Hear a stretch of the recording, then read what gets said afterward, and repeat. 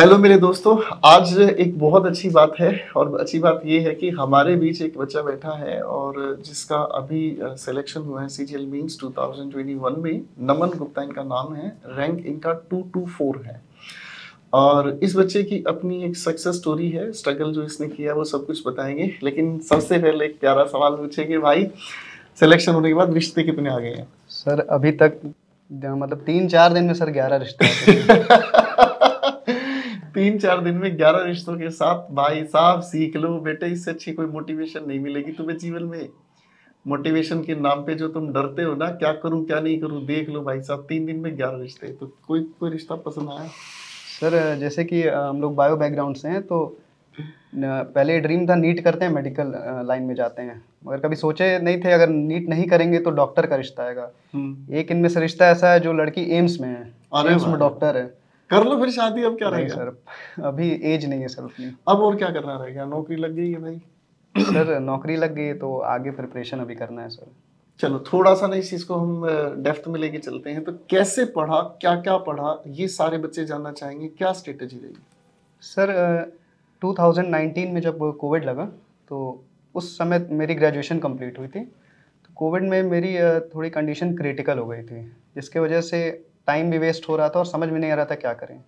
तो राकेश यादव सर के free lectures पढ़े हुए थे यूट्यूब पे, परसेंटेज और कंपाउंड इंटरेस्ट के, तो हमने उससे शुरुआत किया और धीरे धीरे करके कुछ बुक्स मंगाए और हमने सर 8 से 9 महीने सिर्फ मैथ्स में दिया है। उसके साइड में कोई प्रिपरेशन नहीं किया, ना जीएस ना इंग्लिश ना रीजनिंग, सिर्फ मैथ में पहले बेस क्लियर किया। क्योंकि हमें पता था जो पैटर्न एसएससी का था उसके अकॉर्डिंग मैथ्स का बहुत बड़ा रोल रहता है। तो और मेरा एक और अप्रोच रहा है सर, कभी भी हम मैथ्स लगाते थे तो कोई क्वेश्चन है तो उसको अगर एक मेथड से हो गया है तो उसके और 2-3 अप्रोच क्या है उसको खुद मैथ्स में। तो मैं भी हमेशा यही एक्सप्लोर सोचता हूँ ना करने कि जब भी कोई क्वेश्चन होता है तो एक क्वेश्चन का एक पैट रास्ता नहीं होना चाहिए आपके पास कि यही इसका एक तरीका है, ये इसकी ट्रिक है, ये एक शॉर्टकट है। आपको उसके अलावा भी कई सारे अप्रोच, कई सारे तरीके बनाकर चलने चाहिए। एटलीस्ट यू शुड नो कि कितने सारे ऐसे तरीके से क्वेश्चन को किया जा सकता है। हो सकता है पेपर में कुछ याद आए और ना। इसी थिंकिंग की वजह से सर मेरा रीजनिंग भी साथ साथ हमें पता भी नहीं चला उस समय, और मेरी रीजनिंग एबिलिटी भी अच्छी हो गई। और अगर कुछ एग्ज़ाम जैसे ऐसे भी रहे जहाँ पे टाइम बच जाता था, तो अगर कोई मैथ का क्वेश्चन ऐसा हमने मार्क किया है और उसका ट्रिक नहीं याद आ रहा है तो हम बेसिक कंसेप्ट से चले जाते थे उस पर। तो 2-3 अप्रोच रखने का ये फ़ायदा रहा।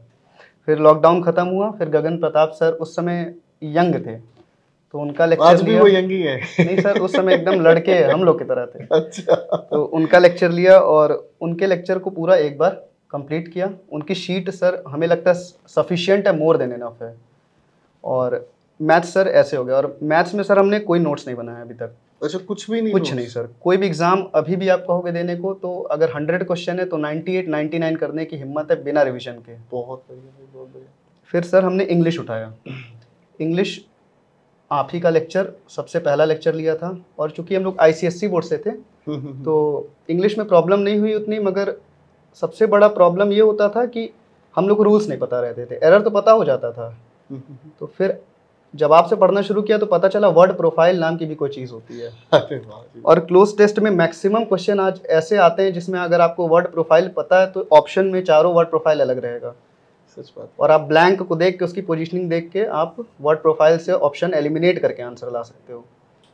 ये तो बात ठीक है। और इंग्लिश ही सर एक ऐसा एकमात्र सब्जेक्ट था जिसमें हमें नोट्स बनाना पड़ा। आपका एक एक एग्जाम्पल आज भी हमें याद है। डायरेक्ट इनडायरेक्ट स्पीच का मेरे पास 115 अलग तरह के एग्जाम्पल थे आपके, सारे एग्जाम्पल नोट किए।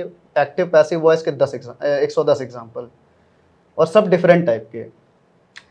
तो अब आप एक काम जरूर करना है इन बच्चों के लिए। जैसा अभी थोड़ी देर पहले राकेश यादव सर भी मिले थे, तभी उन्होंने भी कहा था, हम आपके साथ यूट्यूब पर भी लाइव रहे हैं, तो उन्होंने भी एक बात कही थी कि आपने जो अपनी सच्ची मेहनत से नोट्स बनाए हैं, ठीक है ना, आप उन सभी के सभी जो नोट्स को एक बार जो है, बेटा एक बार फोन देखना किसका, आप उन सभी के सभी नोट्स को ना अच्छे तरीके से एक बार कंपाइल करके उनकी एक पीडीएफ बनाना। हम जो भी बच्चे देख रहे हैं वो मेरे टेलीग्राम चैनल पर, राकेश यादव सर के टेलीग्राम चैनल पर, सभी की सभी ऑथेंटिक, हमारे जो करियर विल के भी टेलीग्राम चैनल्स हैं, सभी ऑथेंटिक प्लेटफॉर्म्स पर हम उन्हें डालेंगे। क्यों? मेरा ये मानना है कि टीचर बच्चों को मोटिवेट तो करता है, लेकिन उस हद तक मोटिवेट नहीं करता जिस हद तक एक सिलेक्टेड कैंडिडेट दूसरे सिलेक्टेड स्टूडेंट को मोटिवेट करता है। आप जैसे बच्चे जब मेहनत करते हैं तो उनको मेहनत करते मतलब पूरी जी जान लड़ानी होती है यार, और बीच में जो फ्लक्चुएशंस आती हैं वो टीचर नहीं समझ सकता, वो डेफिनेटली एक स्टूडेंट ही समझ सकता है कि मैं किस मनोस्थिति से बीत रहा हूँ। खैर तो इंग्लिश में सारे आपने नोट्स बनाए, रिवीजन का क्या स्टाइल रहा आपका? सर रिवीजन जैसे कि हम डेट डिसाइड करते थे कि जैसे कुछ इंपॉर्टेंट टॉपिक है इंग्लिश के, एक्टिव पैसिव डायरेक्ट इनडायरेक्ट, जिसमें क्वेश्चन आना ही आना है, और एरर के लिए कुछ बुक्स ले ली और उनमें से एरर की प्रैक्टिस, और आपका सबसे इम्पोर्टेंट रहा प्रैक्टिस सेशन। सर वो बहुत फ्रूटफुल है। अगर एक स्टूडेंट उसको हर एवरी मतलब एक अपने रूटीन में फॉलो कर रहा है तो इंग्लिश में ज़्यादा एफर्ट लगाना ही नहीं है। लोग हिंदू उठा लेते हैं, ठीक है, ऐसा नहीं, हिंदू नहीं पढ़ना चाहिए, आप एडिटोरियल पढ़ लो, मगर फालतू की रीडिंग उतनी टाइम भी नहीं रहता है, क्योंकि सीजीएल का सिलेबस बहुत वास्ट है। कई बार ऐसा होता है कि देखो न्यूज़पेपर पढ़ना एक अच्छी आदत है, लेकिन एक स्टूडेंट के लिए अगर टाइम कंप्रेस्ड वे में यूज करना है कि भाई कॉम्प्रिहेंशन आता है, सीधे कॉम्प्रिहेंशन के क्वेश्चन को उठाओ, बिल्कुल आप प्रीवियस ईयर बुक उठाओ, आप प्रीवियस ईयर बुक के ही क्वेश्चंस लगा लो, तो आपको सीधा क्वेश्चन रेडीमेड मिलता है। दो चीज़ें होती है न्यूज़पेपर में, एक होता है कि करंट अफेयर आप तैयार करना चाहते हैं, एक अलग चीज़ है। एक अगर आप चाहते हैं कि मैं उससे अपनी रीडिंग स्किल्स डेवलप करूं, तो वो एक अलग चीज़ होती है। रीडिंग स्किल्स के लिए बड़ा ही फील कि आप कोई भी बुक भी पढ़ सकते हैं, आप एनसीईआरटी भी पढ़ सकते हैं जिसमें इंटरेस्ट होगा, नॉवल पढ़ सकते हैं आप, उसके अलावा अगर देखें तो डायरेक्ट क्वेश्चंस भी लगा सकते हैं, क्योंकि पेपर सोल्व करना बहुत बड़ी बात नहीं होती नमन, पेपर को विद इन टाइम फ्रेम आपको सोल्व करना, ये चैलेंजिंग हो जाता है। पर उससे भी सर ज़्यादा इम्पोर्टेंट है कि जो भी पेपर सेट किया उसकी मेंटालिटी क्या है, क्योंकि कई क्वेश्चंस ऐसे होते हैं जिसमें एग्जामिनर चाह रहा आप सॉल्व करो, मगर जैसे मेरे मेंस में 3 क्वेश्चन सर लाइन से ऐसे आए थे मैथ्स के, जिसमें 11 के मल्टीपल चेक करने थे, तो वहाँ पे आज एक्चुअली बारिश हुई है तो ठंड हो रही है तो इसीलिए सर वो 11 के मल्टीपल पे ही सॉल्यूशन होते हैं, तो एग्जामिनर अलग लेवल पे खेल रहा हम लोग के साथ, और वही जो बच्चा पकड़ लेता है सिलेक्शन पा जाता है। और ये सारी की सारी चीजें प्रैक्टिस से ही आती हैं। बिल्कुल सर। आप कितनी प्रैक्टिस कर लेते हैं, फिर आप क्वेश्चन की एक साइकोलॉजी समझ लेते हैं, एग्जामिनर आपको कहाँ फंसाना चाहता है। चलो ये भी अच्छी बात होगी। अब इसके अलावा बचता आपका करंट अफेयर्स के लिए आपने क्या किया? सर मेरे जीएस में सर मेरा बहुत ख़राब स्थिति था, मेरे नेगेटिव में नंबर आए। Oh sir -5 -4। तो पहला सर हमने प्री 2020 में जब दिया 2020 वाला, तो उसमें मेरे बहुत कम नंबर थे, 1-2 नंबर थे शायद। तो ये हुआ कि प्री तो क्वालिफाई हो गया मैथ्स और इंग्लिश के दम पे। मेंस में सर मेंस एग्ज़ाम दिया, मेंस में भी ठीक रहा, बट डिस्क्रिप्टिव का पेपर जिस दिन था, मेरी सर एक गंदी आदत है कि हम किसी भी जगह पे एकदम टाइम पे जाने की कोशिश करते हैं, और डिस्क्रिप्टिव दिल्ली में था, 10 बजे एग्ज़ाम था, और हम सोचे सुबह ऐसी ट्रेन वो बोर्ड की कि 6 बजे पहुंचा देगा, और वो ट्रेन लेट हो गई, वो 10 बजे पहुंची, और मेरा वो डिस्क्रिप्टिव छूट गया सर। सर वो कंडीशन मेरे लाइफ का हम सर भूल नहीं सकते, और मेरे लाइफ में वो ऐसा दिन था सर, मुझे एक बहुत गंदा ख्याल आया, मैं मेट्रो के सामने खड़ा था, और मुझे सर वो वर्ड बोलनी नहीं चाहिए, मेरा मन किया कि मेट्रो के सामने नहीं, जिंदगी में कभी भी ऐसा हो बच्चों, जिंदगी में कभी भी कुछ भी बुरी से बुरी स्थिति हो जाए, मतलब आपको ये लगे कि ये मेरी जिंदगी की एक आखिरी अपॉर्चुनिटी थी जो मुझसे खो गई है, हार तब भी नहीं माननी है। भगवान ने आपके लिए बहुत कुछ सोच समझ के प्लान किया हुआ है, बहुत कुछ सोचा हुआ है भगवान ने। आप कई सारी अपॉर्चुनिटीज को अपने लिए अच्छा मानते हैं, लेकिन भगवान आपके सामने उस सिचुएशन को, उस अपॉर्चुनिटी को जानबूझ के छुड़वाता है। क्यों? क्योंकि उससे बेहतर अपॉर्चुनिटी आपके साथ जुड़ती है। तो जिंदगी में कभी भी नमन ऐसी चीज नहीं सर, और आज गर्व होता है सर कि हमने कोई ऐसा डिसीजन उस समय नहीं लिया, वापस आए, ये था कि ठीक है अब अगला प्री देना है तो जीएस को मजबूत करना पड़ेगा। जीएस के लिए सर हमने अलग अलग टॉपिक वाइज नोट्स बनाए। पहले हमने देखा पेपर में पूछ क्या रहा है, एक बुक से क्वेश्चन पक्का रहना था, एक अपॉइंटमेंट रहना था, तो हमने कंपाइल्ड वे में एक पेज पे लिखा अपॉइंटमेंट, उस मंथ के जितने अपॉइंटमेंट हैं उसको मेंशन किया, बुक एंड ऑथर, उसके बाद स्पोर्ट्स के अलग अलग टॉपिक को कंपाइल किया, जितने इंडेक्स बनते हैं, जितनी रैंकिंग होती है इंडिया का क्या पोजीशन, तो ऐसे एक कंपाइल्ड वे में जीएस तैयार किया। मैं आपसे रिक्वेस्ट करूंगा बेटा कि आप जीएस वाला जो भी आपने बनाया ना, जो भी नोट्स बनाया, उसको ना एक अलग पीडीएफ बना के दीजिएगा, ठीक है ना। और पीडीएफ के साथ इस बच्चे की खुद की एक वीडियो भी हमारे चैनल्स पर हम डलवाएंगे, ताकि कोई बच्चा ये ना सोचे कि बात अर्जी फर्जी चल रही है ना। नमन क्या बोलूँ, आजकल यूट्यूब ने ना बहुत बुरा हाल कर रखा है, बहुत ही ज़्यादा बुरा हाल कर रखा है।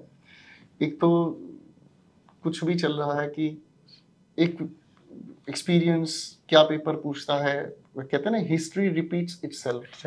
बोलने वाला इंसान जिसने भी ये चीज़ बोली होगी कि इतिहास अपने आप को दोहराता है, पर मैं ये जरूर जानता हूँ जिसने भी ये चीज़ बोली है ना वो मतलब एक बहुत अच्छा टीचर ही होगा, उसने ये चीज़ें बहुत अच्छे से पढ़ी होगी कि ये एक दौर था, यही दौर घूम के फिर से आ रहा है। तो आजकल बहुत बुरा हाल है और आजकल मोटिवेशन के नाम पर भी मिसगाइडेंस है बहुत सर। मोटिवेशन हमें तो ये नहीं समझ में आता बच्चे क्यों दूसरे मोटिवेशनल स्पीकर को देखते हैं। सर मैं हमेशा इसके खिलाफ रहा हूँ। जैसे मैं नाम नहीं लेना चाहूँगा, अलग अलग लोगों के मोटिवेशनल वीडियो देख रहे हैं सर, ये सिर्फ टेम्पररी है। जब तक आप सेल्फ मोटिवेटेड नहीं रहोगे कोई फायदा नहीं है इसका। 4 दिन रहेगा, 5वें दिन से कोई सी स्थिति पे आपको ला के रोक देगा कि आप फिर वहाँ से उठ नहीं पाओगे। तो सच बात कह दी आपने। और sir self motivation, self introspection सबसे इम्पोर्टेंट चीज़ है। और इसके दम पे सर मैंने मतलब मेरे दिन का बेस्ट 19 आवर्स स्टडी और on an average 16 to 17 hours GS के लिए मैं देता था जब पहला फेलियर हो चुका था 2020 आप ध्यान से सुनना बच्चों, 16 to 17 आवर्स ये बच्चा जीएस, जिसकी वजह से इसका पहला अटेम्प्ट खराब हुआ, दूसरे अटेम्प्ट के लिए इसने लगातार इतना टाइम देकर पढ़ाई की है। This is an amazing story, must here. और सर कभी भी थकान नहीं लगा। लोग कहते हैं कि इतने देर कैसे पढ़ते हो। सर उसके बाद से मुझे नींद ही आना बंद हो गया था कि मेरा एक डिस्क्रिप्टिव पेपर छूट चुका है मेरी गलती की वजह से, नहीं तो हो सकता था आज कहीं किसी गवर्नमेंट ऑफिस में बैठ के। अच्छा नमन, अभी आप कौन सी पोस्ट पर हैं? Income tax inspector. Income tax, यही क्यों? सर मेरे दादी बाबा का सपना था कि ये गवर्नमेंट सर्विस करो। सबसे बड़ा रीज़न था मेरे बाबा दादाजी जो थे वो सार्जेंट है इंडियन एयरफोर्स में। अरे और रिटायरमेंट चूँकि इसमें जल्दी होती है तो उसके बाद वो लोअर डिवीजन क्लर्क हुए इनकम टैक्स में। तो उनका ड्रीम था कि मेरा जो पोता हो वो आगे चल के इनकम टैक्स डिपार्टमेंट में है। सोचो यार, इससे अच्छी क्या मोटिवेशन हो सकती है कि मतलब घर के बड़े बुजुर्ग आपके लिए पहले से ही आप मतलब आपको एक खेती की तरह से देखते हैं कि मुझे एक ऐसी खेती चाहिए कि जो आने वाले टाइम में ये फसल बने और ये मुझे फल दे, ये मुझे। अच्छी बात है कि दादाजी ने एक विजन देखा था, एक सपना आपके लिए क्रिएट किया था और आपने उस चीज़ को सर आज तो है नहीं, मगर अगर वो होते तो शायद बहुत खुश होते और उसकी कमी मेरे भैया ने पूरी कर दी। मेरे सिलेक्शन के बाद लगभग 50 से 60 हज़ार का मिठाई बच चुका है मोहल्ले में और रिश्तेदारों में, और सारे का खर्चा मेरे भैया भाभी दोनों लोग, दोनों स्कूल में टीचर हैं और दोनों ने पूरा खर्चा, जितना पैसा मांग रहे हैं अभी यहाँ पार्टी देना ले जाओ तुम, हमसे ज़्यादा सर खुश वो 2 लोग हैं। अच्छी बात है सर, अच्छी बात है बेटा। जीवन में कुछ भी हो जाए लेकिन परिवार को बांधे रखना ये भी अपने आप में बहुत बड़ी बात है। बैठे बैठे मैं हो रहा हूँ बोर, ठीक है, और थोड़ा सा माहौल ठंडी का है, बाहर बारिश हो रही है, तो चलो थोड़ा बाहर घूमते हैं नमन, ठीक है? आ जाओ भाई, थोड़ी बाहर बातें करनी शुरू करते हैं। आओ नमन, थोड़ा सा घूम लेते हैं। ये नमन का बैग है, ठीक है, सुबह की ट्रेन पकड़ के भाई आया है और मज़ेदार बात है। आ जाओ बेटा। देखो ये हमारा करियर विल का ऑफिस है और ये हमारे आज तो स्टाफ छुट्टी पर है। ये करियर विल का ऑफिस है, ये है वो टीम जो करियर विल को हमेशा ताकत देती है। ये सारे बच्चे दिन रात मेहनत करते हैं, ठीक है, बाल ठीक कर लो।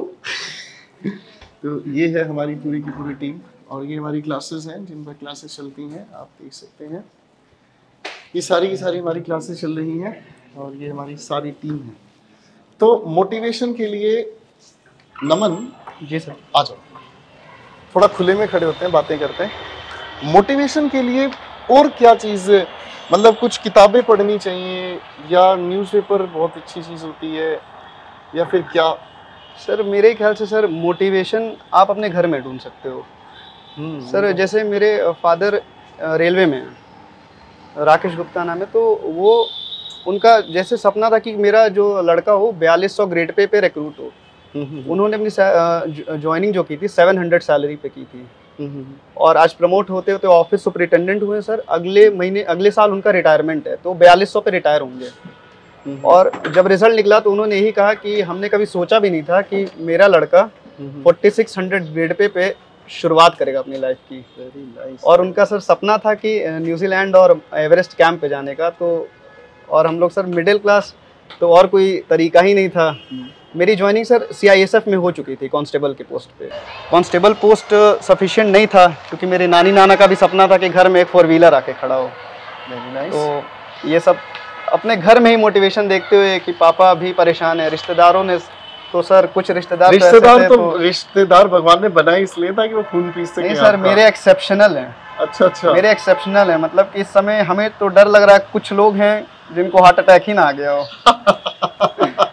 इतनी बुरी स्थिति है बहुत सर। इसमें भी कमी कुछ लोग निकाल रहे हैं, क्या रहे हैं कि अभी तो इंस्पेक्टर बना है, इंस्पेक्टर और ऑफिसर में डिफरेंस होता है। नहीं, उनको पता नहीं है इस बारे में, उनको पता नहीं इस बारे में। बेसिकली ना, जो ये कई लोग ना किसी भी पोस्ट की इम्पोर्टेंस नहीं समझ पाते हैं।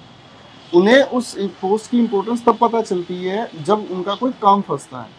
फिर वो आपके पास आएंगे या आपको कहेंगे अरे नमन बेटा ये प्रॉब्लम हो गई है, उन्हें वो चीज़ तब पता चलती है। एक छोटी सी बात है, मैं आपको थोड़ी फिलोसॉफिकल बोलूँगा। इंसान को किसी भी चीज़ की कदर तब होती है जब वो उसके पास नहीं होती। बिल्कुल सही, समझ रहे हैं? जब उन रिश्तेदारों का, जिनका कलेजा फूक रहा है ना जब उन रिश्तेदारों को ये महसूस होगा ना, अरे यार हमारे पास ही हमारा ये लड़का है और हम इस काम के लिए दूसरों के पैर पकड़ रहे हैं, तब उन्हें आपकी वर्थ पता चलेगी। और मैं तो चाहता हूँ कि कभी जीवन में किसी के ऐसा वक्त आए भी ना कि हम अपनी वर्थ जबरदस्ती प्रूव करें। आप हमेशा अच्छा ही रहना। बिल्कुल सर, ठीक है ना, आप उनके लिए हमेशा अच्छा ही रहना। आज थोड़ा घूमते हैं, टहलते हैं।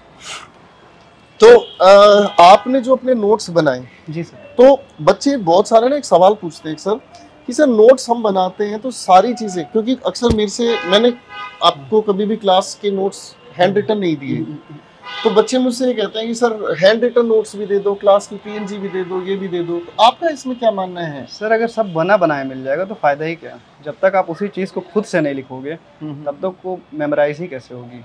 ये बात तो और नोट से जहाँ तक बात है सर, मेरा ही कहना है सर कि जितना हो सके बहुत प्रिसाइज नोट होना चाहिए, क्योंकि प्री हो चाहे मेंस हो, रिवीजन में उतना टाइम नहीं रहता। और रिवीजन एक ऐसा चीज़ है जो बहुत बोरिंग चीज़ होता है।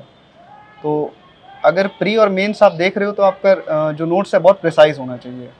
आप मैक्सिमम चीज़ को प्रैक्टिस करके उसको फीड कर लो कि उसको बार बार देखने की ज़रूरत ना पड़े। जैसे मैथ्स हुआ, रीजनिंग में कुछ टॉपिक है, कैलेंडर क्लॉक हुए, सिलोगिज्म के कुछ कॉन्सेप्ट्स हुए, नहीं तो रीजनिंग कुछ है ही नहीं। तो ऐसे, और जब जितना बड़ा नोट्स रहेगा, बेसिकली नोट्स का मतलब जो मुझे महसूस होता है, नोट्स का मतलब होता ही ये है कि आपको जो चीज़ याद नहीं रह पाती, हाँ, या जो चीज़ आपको पता नहीं थी, आप उस चीज़ को हमेशा याद रखने के लिए लिख लो। मेरे ख्याल से नोट्स का मतलब यही होता है। हाँ सर, नोट्स का मतलब ये नहीं कि पूरी कहानी आप लिखो, पूरी इतनी सारी चीजें लिख लो, बाद में खुद ही ढूंढते रहो इसमें पढ़ना क्या है ना। तो वो तो कोई सेंसिबल बात है नहीं। अब नोट्स के नाम पर अगर मैं माही राष्ट्रपति का नाम लिखूं तो वो नोट्स थोड़ी है, वो तो फिर सुपरफ्लुअस चीज है, जिस चीज की मुझे जरूरत ही नहीं लिखने की, वो बात बन जाती है। सर स्टूडेंट्स के लिए ये हार नहीं मानना है। 3 चीज़ रखिएगा, पेशेंस, परसिस्टेंस, कंसिस्टेंसी। और जिस भी चीज़ की तैयारी आप लोग कर रहे हैं, पैशनेट रहिएगा उसके लिए। और कभी भी डिफ़िकल्ट टाइम आपके वे में आएंगे तो आपको कुछ टीच करेंगी, लेसन देंगी, वहाँ पे रुकना नहीं है। क्योंकि अगर डिफ़िकल्टी के बिना सक्सेस मिल रहा है तो कोई फ़ायदा नहीं है, और वो शॉर्ट टर्म रहेगा। तो डिफ़िकल्टी अगर आ रही है तो बहुत अच्छी बात है, आपको खुश होना चाहिए और मेहनत करते रहिए। देखो बेटा, ये हमारी सारी की सारी बुक्स हैं, जो भी बच्चे पढ़ते हैं उनके लिए बुक्स इस तरीके से हमारी सारी इकट्ठी होती हैं। भाई एक बार ज़रा इंग्लिश एक्यूमेन दो। ये बच्चा हमारा सेलेक्ट हुआ है। आपके पास इतनी इंग्लिश एक्यूमेन है? हाँ सर है। वोकैब्युलरीज है? हाँ सर है। अरे वाह, नया एडिशन दे दूं? दे दीजिए सर। ठीक है, नया एडिशन। बेटा दोनों बुक्स दो, आज इस बच्चे को मैं साइन करके दूंगा। अच्छा, एक्यूमेन आउट ऑफ स्टॉक है? ओके, कोई नहीं, वोकैब्युलरीज दो। एक्यूमेन में इस बच्चे को घर पर भिजवाऊंगा, ठीक है? एक्चुअली बुक्स ना मेरी हमेशा शॉर्टेज में रहती हैं। भाई एक बार पेन दिखाना, मैं इस पे साइन करके दूंगा आपको। ये मेरा एक छोटा सा आशीर्वाद है। मैं इस बच्चे को अपनी तरफ से एक छोटी सी बुक देना चाहूँगा बेटा, ठीक है? और मेरी बुक के फ्रंट पेज पर हमेशा राकेश यादव सर की फ़ोटो होती है, बिकॉज मुझे लगता है राकेश यादव सर ने बच्चों के लिए ऐसा किया है जो शायद ही कोई टीचर कर सकता है। तो मेरी तरफ से नमन के लिए एक छोटा सा प्यारा सा ये तोहफा है, ठीक है? Thank you sir. और इसको अच्छे से आप प्लीज़ ज़रूर पढ़ने की कोशिश करना। आप नहीं पढ़ो तो मेरे लिए एक काम ज़रूर कर देना। आपके घर परिवार में, आपके पड़ोस में जो बच्चे शायद हो सकता है भटके हुए हैं, क्योंकि आजकल तो चल ही रहा है ना टिकटॉक, ये लोगों का टाइम, तो जो फालतू की चीज़ों में लगे हुए हैं, उनके लिए आधा घंटा 1 घंटा ज़रूर निकालना, ताकि हो सकता है वो आप जैसी एक अच्छी पोस्ट पा सकें, आपकी तरह से मोटिवेटेड हो जाएं, क्योंकि आपकी स्टोरी बहुत इंपॉर्टेंट है। आपके किए हुए स्ट्रगल बच्चों के लिए बहुत इंपॉर्टेंट है। एक ठीक चीज़ है। और कहना चाहेंगे, हाँ हाँ जी, हाँ जिस जी, लाइब्रेरी में हम पढ़ते हैं हाँ जी। वहाँ पे सब बच्चे यूपीएसआई हुँ, और स्टेट एग्ज़ाम की तैयारी करते हैं। हुँ, हुँ। तो हमें देख के सर अधिकतर मतलब 90% स्टूडेंट ने सीजीएल की तैयारी शुरू कर दी और कुछ ने तो इस बार मेंस भी क्लियर कर दिया, प्री क्लियर किया, मेंस का एग्ज़ाम लिखा है। तो बस यही मैं चाहता ना कि आपसे मोटिवेटेड होके बच्चे ना एक सही लाइन में चलना शुरू कर दें, एक सही डायरेक्शन में पढ़ना शुरू कर दें। तो करियर विल के फाउंडर जो राकेश यादव सर हैं, उनके लिए कोई खास मैसेज या उनसे कोई खास इंस्पिरेशन जो आपको मिली? सर कैरियर विल अगर हमें मेरे हिसाब से अगर आज है तो राकेश यादव सर की वजह से, क्योंकि स्टार्ट उन्होंने ही किया था। हाँ जी। तो अगर वो नहीं होते तो हम लोग शायद यूट्यूब पे कई गलत जगह भटक के और अभी भी भटक रहे होते। अब बच्चों के साथ एक काम और हो रहा है, जैसे चलो आपने यूट्यूब कहा है तो मैं थोड़ा-सा बोलना चाहूँगा। यूट्यूब के साथ एक काम और ख़राब हो रहा है कि इमोशनल लेवल पर बच्चों को बहुत ज़्यादा ब्लैकमेल किया जा रहा है। इमोशनल लेवल पर कि भावनाओं से खेलकर बच्चों को इस राह पर चला देना कि सिलेक्शन तो होगा ही नहीं। अपना टाइम इतना वेस्ट कर लोगे कि आप कहीं पहुंच नहीं पाओगे। और आप अपना पहनावा बदलकर, अपने चेहरे के हाव भाव बदलकर, रोकर, वर्दी पहनकर, आप ज़बरदस्ती की झूठी हाइप क्रिएट करके, इस तरीके के जो ये तांडव चल रहे हैं ना, मुझे लगता है कि इसके बारे में हमारे बच्चों को कॉन्शियस होना चाहिए कि एक सटीक, एक तजुर्बा जो आपको सिखाना चाहता है ना, आप उसके साथ मिलकर ही चीज़ों को आसान बनाएं। सर कुछ भी कर लें, वो कैरियर विल को तो टक्कर नहीं दे सकते, नहीं क्योंकि नहीं जितने नहीं है सर, ये सच है, जितने बच्चे यहाँ से निकलते हैं वो किसी प्लेटफॉर्म से नहीं निकल पाते हैं। इस सब माँ सरस्वती की कृपा है कि हम हमेशा बच्चों के लिए ना ये एक ऐसा संघर्ष करते रहते हैं कि अब जैसे मैंने आपसे आपके नोट्स मांगे कि आपने जो भी अपने इंग्लिश के नोट्स बनाए हैं बेटा, आप उसको सारी की एक पीडीएफ बनाना, मैं अपने जितने भी मेरे सोर्सेज हैं उन सभी पे मैं उसको सर्कुलेट करवाऊंगा।